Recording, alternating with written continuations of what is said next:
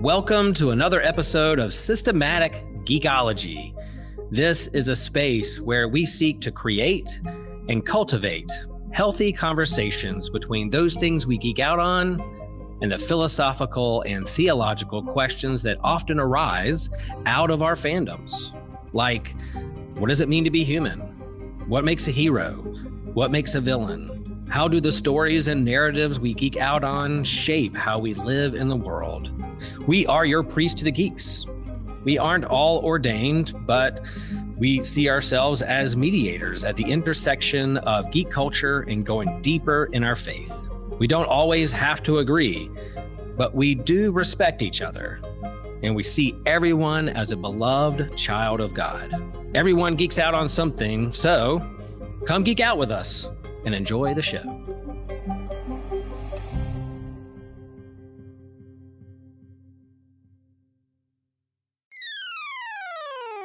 You're listening to an Anazao Ministries podcast.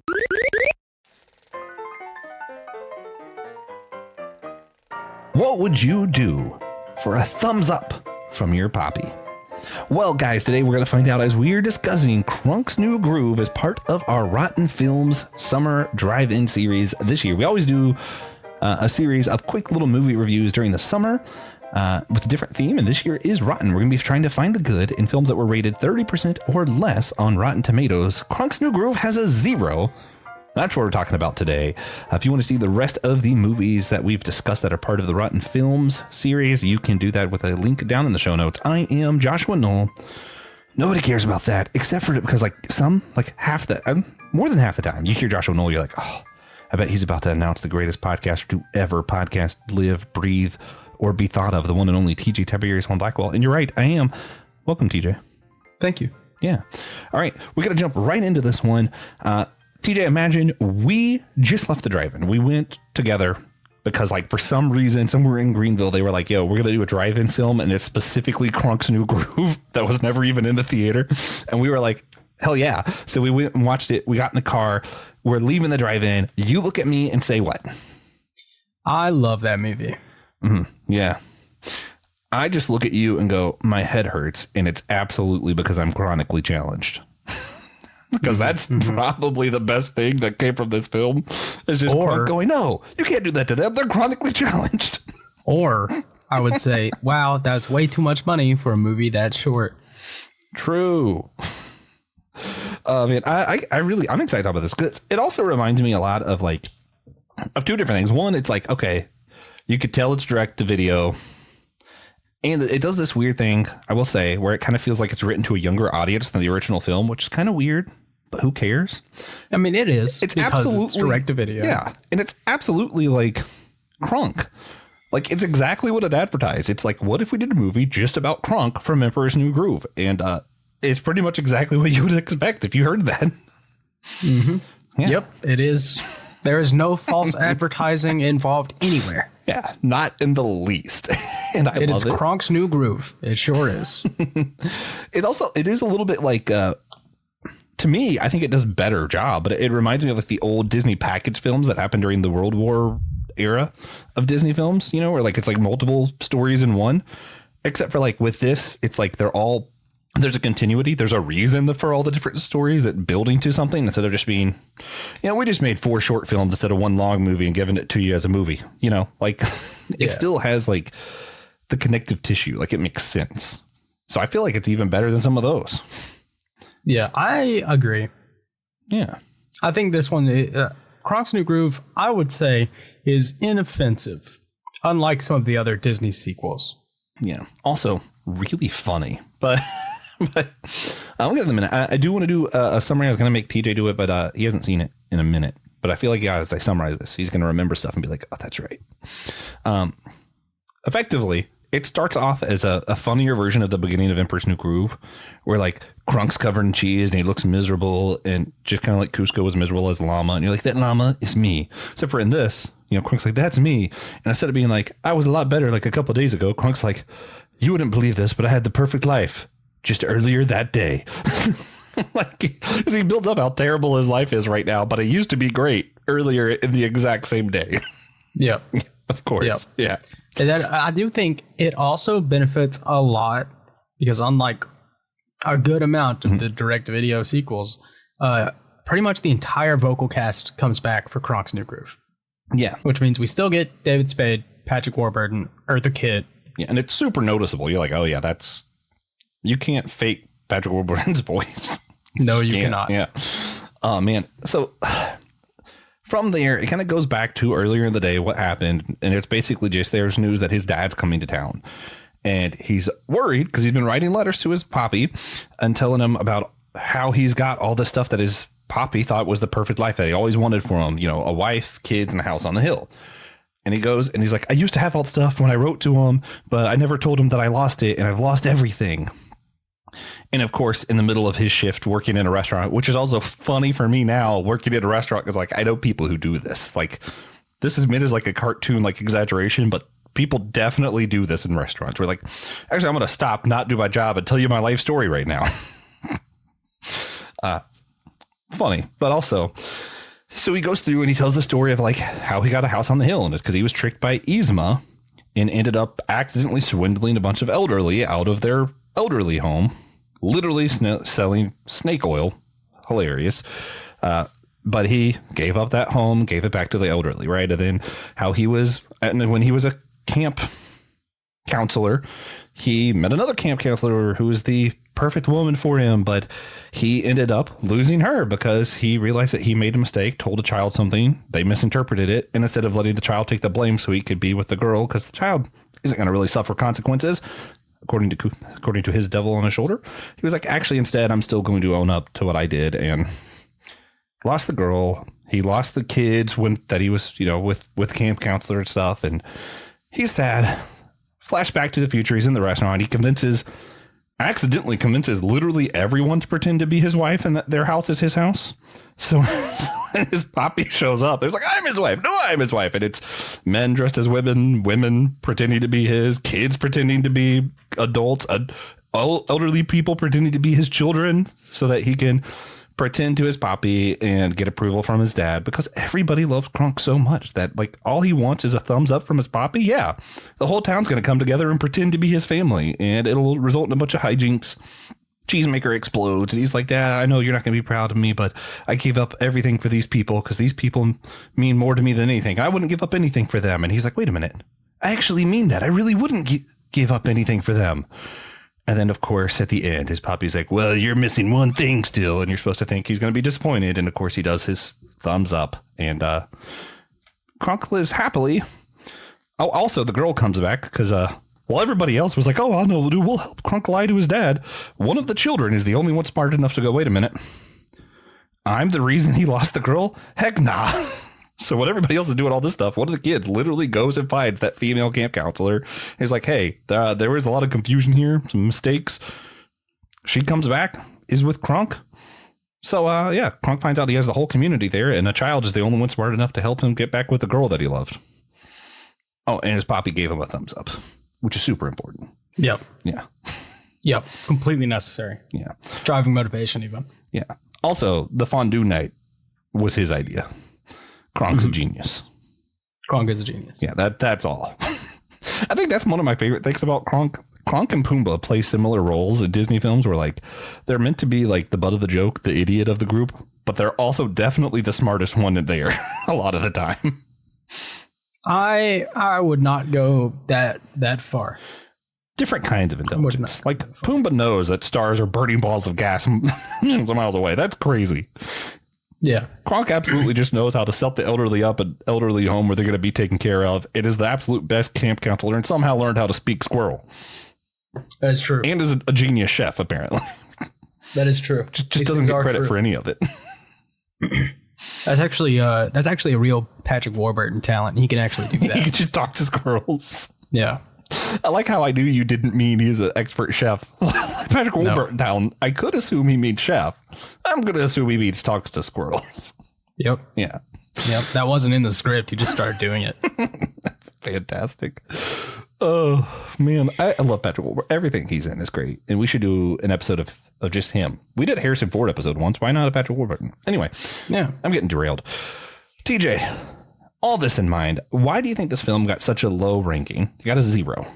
Do you think it deserved it? And what's the best thing you think you can say about the film? I don't think it deserved a 0. And I think it only got a 0 because it has a low number of critic reviews. Yeah, me too. That is, I'm not saying it would be certified fresh or anything, but it would definitely, if it had, thousands of critic reviews, I think it would sit comfortably maybe at like 35% on Rotten Tomatoes. Yeah. I mean, even the audience score was kind of low. I'm just shocked. I'm shocked that it's low at all, really. Like, I don't expect it to be like one of the highest, but I'm like, all the actors are there. It's really well done. It is hilarious. Some of like the bits where he's talking about the elderly is like the chronologically challenged.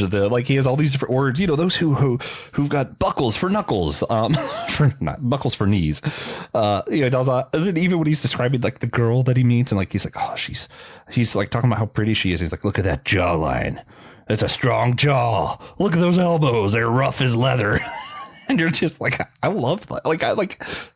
How do you watch this and not like, just out of sheer entertainment, not disregarding whether the story is good or not, just sheer entertainment. How do you not at least give it a 50, Yeah, I absolutely agree. Yeah. I think Kronk's New Groove is easily the funniest Disney sequel, bar none, easily the funniest. Mm-hmm. And I just, I like rodents.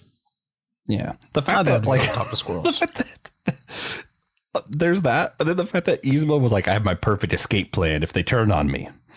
Turn myself into a bunny rabbit. No one could attack a bunny. They're too cute. Great. It's comedy gold. Masterclass. Yeah. Masterclass of writing. God, so funny. But like watching, Kronk go through these things and Kronk fall in love and, the dance off and the bake off, it's a good time. And, watching him mentor these little kids, you're like, oh man, okay, Kronk really deserves this. Yeah. Well, and then like, of course it gets the happy end in the end and he even gets the thumbs up and some of that's kind of cheesy. But I think what I really love too is like one of my big criticisms against animated Disney films from like the 90s through the 2000s. It's all either about romance or family, right? Like if you have family, you're going to have a great life. If you find the right spouse, it's all about that. And then this film, like it decides to go outside of the grain of Disney messaging. It's like, hey, actually, what if your life looks nothing like you expected? It doesn't necessarily have the perfect woman or any of that. And maybe it's about your community and the fact that you're just connected to other humans. And if you're happy as a fry cook without a house on the hill, without a kids and a family, that's fine. And like, that's just not a message you heard from Disney back then. So even like on the messaging front, I'm like, for me, it gets 50% just off the entertainment value. And then the messaging gives it an automatic 20. I'm starting at 70 when I rate this. Yeah. I don't know if it gets further than that. It's not a very complex story or anything, but that's probably like, that's the 70. It's 50% it gets automatic for pure entertainment, just sheer laughs. And then the other 20 is like, man, the messaging's actually really on point. Yeah, I think 70 is a good spot for it. Well, then there's nothing offensive to make it lose points. None of the acting's bad. The writing's not bad. And it's all inoffensive after that. Well, there is something to be said about the taste. Your sense of humor will have a lot to do with how funny you think the movie is. Kronk's girlfriend's name is Miss Birdwell. She calls Kronk Cronky Poo, and of course, naturally, that means Kronk is going to call her Birdie Poo. That's hilarious. Yeah, that's great. Unless you're old. And this is one of the few, like, for me, SpongeBob, Hercules, Shrek. Most of my quotes come from those things. And I fully acknowledge, even if they're not my favorite, like, things you quote regularly for me tend to come from one of those. But man, the amount of times that I'm like, wait, you can't use that. That's mine. See, it says on there, Josh, property of Josh, do not touch except for Josh. Like, I don't know why that bit specifically just ingrained in my brain. Timeless. Forever. It's timeless. Yeah, it's great. Man, yeah. Well, then even like the gags where he's like, my dad, he's always giving me one of these or one of these. And he's like doing the scowl of this and the anger face of, the sour face. And it's just so funny. Just the gags are also great. All right, TJ, if you had to choose a favorite joke, favorite character, and favorite scene from this movie, what would they be? Okay, my favorite character is obviously Kronk, easily. Yeah. What if you had to do a secondary? Who would you pick? Probably Miss Birdwell. I like her a lot. She's got nice, tough elbows and a really strong jaw. Favorite scene is probably like the bake off / dance off / like, you know, their little get together there. It's just super colorful and super fun. That's always stuck in my head. Yeah. Favorite joke? Every conversation with the squirrels is really funny. They play it completely straight. No one's ever like, why is he doing that? Yeah. Yeah. That's so funny to me. My favorite joke's going to get me in trouble because it's not okay in today's world, but I don't care. I'll get to that in a minute because I feel like I can't start with favorite joke. Favorite character, obviously Kronk, which is why I was like, we had to do secondary. We can't just both be like Kronk's New Groove. It's about Kronk. Kronk's the best. It's true, but like that's boring to say. Second one, I'm giving it to Rudy, the old man, because all you really see of him in the movie, in the first movie, is like he gets thrown off the castle because he threw off the Emperor's Groove. Such a classic movie. But anyway, to find out like him and Kronk have this deep relationship and how Kronk feels so bad because he accidentally swindled him, and Kronk calls him his best friend, and you know, even his subconscious angel and like, that's not your, it's like, yes, he is. And it's like, man, yeah, Kronk has this like meaningful relationship. Kronk who's I'm assuming he's like 20s or 30s. Elderly man is like on death's doorstep, right? They just have this whole deep, meaningful relationship. And I'm like, that's just so cool. And the fact that Rudy doesn't hold a grudge because like, oh, hey, you were a part of swindling us. Is like, hey, yeah, Kronk, you just got manipulated and we still love you. And you're like my best friend. And at the end of the movie, I'm going to pretend like I'm your child, even though I'm clearly like more than twice your age. Also, hilarious gag. It is good. Yeah. Favorite scene?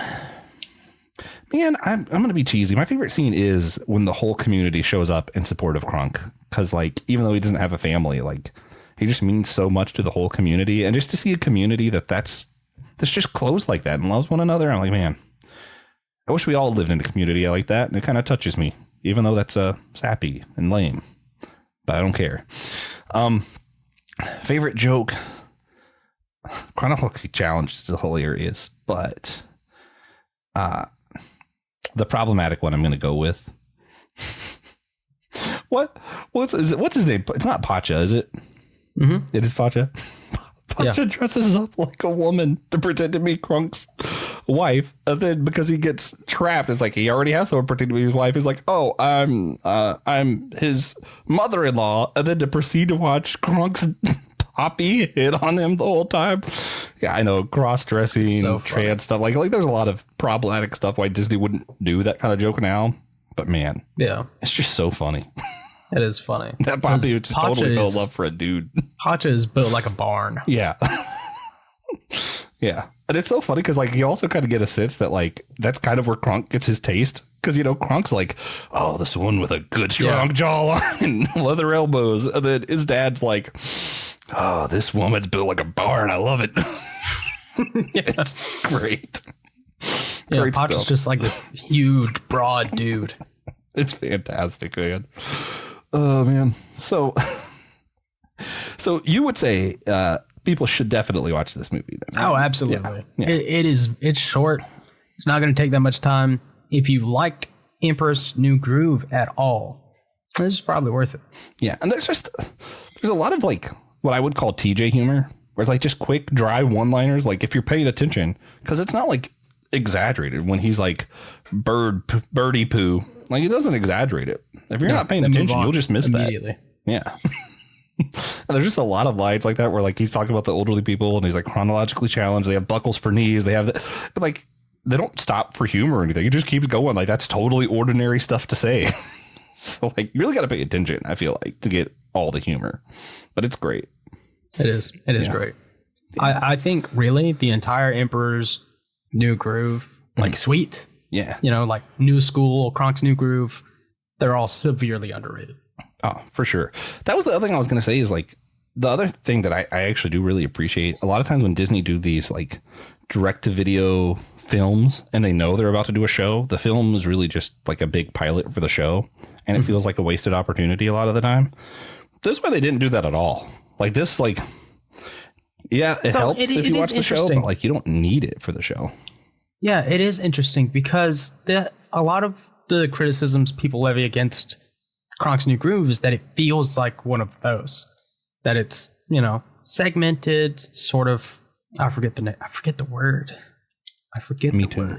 Package film? No. Sure. That works. I don't know. Not what I was going to say. But it feels like it's just several disconnected stories loosely tied together, is what a lot of people say. And it's not. And Disney has been known to do that when they, what they'll do is they'll make the first few episodes of a show, they'll test poorly, and then they'll just release them as a movie. And that's not what happened here. Yeah, because like the show they had a whole show. And it's all about Cusco. Yeah. And Cusco is barely in this. It's pretty good, too. Yeah. I like Emperor's New School. I love the show.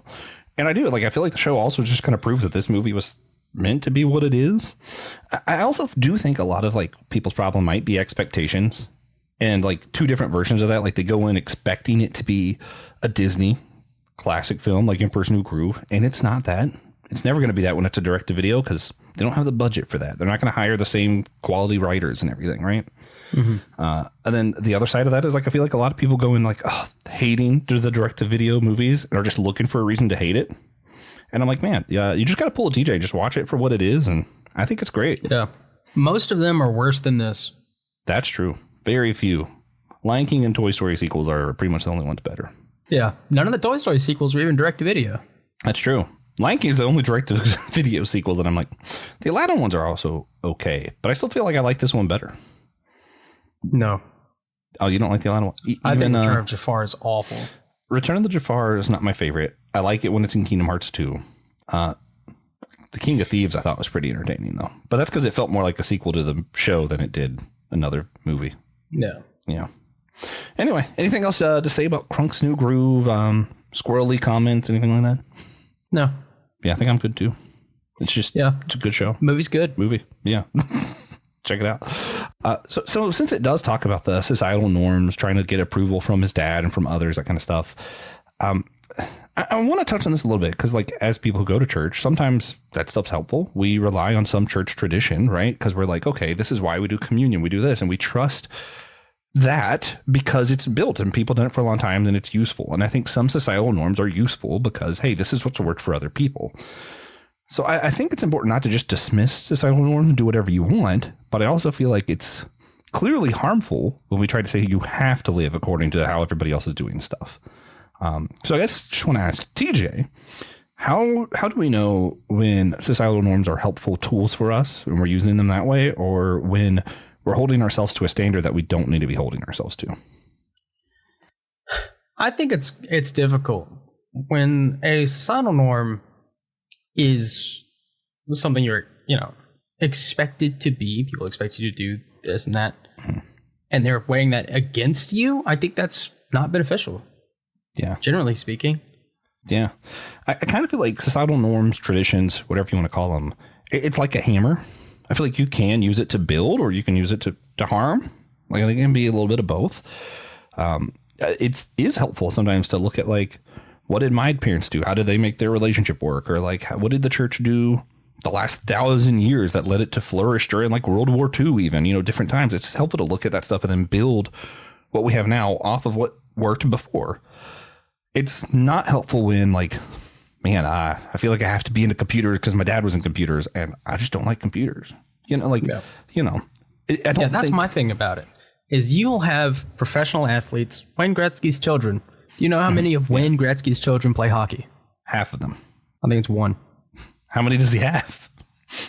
3? Oh, okay. Don't quote me on that. But his daughter married a golfer. None of their kids play hockey. How sad. But like, yeah, I mean, I think that's just it. Are you using it to look to see how you might want to build it up? Or are you using it, or is it being used in a way to make you feel guilty or bad about who you are? Yeah. Yeah. And if it's helping inspire you and giving you guidelines, cool. Is it making you feel bad and tearing you down? Not cool. I feel like that's a pretty simple test. Yeah. Yeah, I agree with that. Or specifically text TJ at 777-7777 and he'll tell you whether or not it's a good idea or not. Oh, well. Yeah, do that. All right. With that, we're going to get into the wrap up. But first, TJ, I need to know what treat or snack would people maybe not think of for a drive-in movie that actually might be the perfect snack? They just haven't thought of it yet. Probably a roast, a chuck roast. You got to hear me out. Here. Okay. So you need to have a little bit bigger of a car, right? You need to roast it. Yeah. Probably the day before, unless it's a really late drive-in. And you just take it in that cheap aluminum pan. You take a couple of forks and you put that roast right in the center console, and you just pick off the roast. Ooh, okay. I like that, actually. At first, I was like, he's just trying to come up with something silly. I was like, actually, that could work. Depending on how far away you are, because like I don't want your food to get cold. But I'm thinking like if I make some like pulled pork barbecue and like a big thing of mac and cheese, like just like a bucket, mixed it in, I could just sit there. Like that's just a good comfort munch food. And I think that would be great. I was also thinking caramel corn. That seems too easy though. Yeah, that's true. Also, Cheez-Its. For some reason, I just don't see people eating Cheez-Its at theaters that often, but I'm like, I feel like that's great. Same. I think Cheez-Its are popcorn. It's just great. That might be it. I don't know. But anyway, guys, let us know what you think. What's a unique food you think would be great for a drive-in?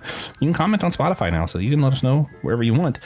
Rate and review this show, if you will, on Podchaser or Spotify or Apple Podcasts, I guess. Either one. And check out, again, the show notes down below the description if you want the playlist to the whole Rotten Films Summer Drive-In Series. And check out what other movies we've discussed. And remember, of course, we're all a chosen people, a geekdom of priest. Later.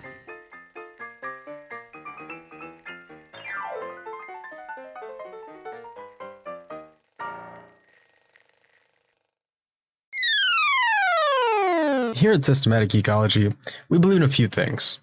We believe that there is freedom in Christ to like what you like. We believe that Christian nationalism is a heresy. And probably most important that I'm going to talk about today, at least, is that we believe the best place to spend your extra cash is on the Systematic Geekology merch store. That's right. This is a shameless shill for our own products. We go through Creator Spring, and we have a few great products on there. Me personally, I'm a big like black shirt kind of guy, muted colors. But there's nothing better to like throw a little some extra on there with like a black baseball cap, the dad hat with the Systematic Ecology logo on it. That's a classic. I just really think if you got a couple, $30 extra, that's for us. Hello, Systematic Ecology listeners. This is Kevin here. Just want to give a brief ad for some of the other podcasts in our Anazao podcast network. First of all, off is Let Nothing Move You by Christian Ashley, in which Christian goes through the Bible one chapter at a time and gives his thoughts there. There is also the Bible After Hours, which is a more progressive take on the Bible that tries to challenge the status quo with satire and looks at theology. The host uses the pseudonym The Foul-Mouthed Preacher. And as a bonus, Joshua Knoll does the voices for this one. So definitely check that one out. And also, and we'll laugh about that later, is the newest podcast that our own Will Rose is starting, where he will interview friends about a story they had that wasn't funny at the time, but that they laugh about now. So definitely check out these shows and subscribe to us wherever you get your pods. Thank you very much.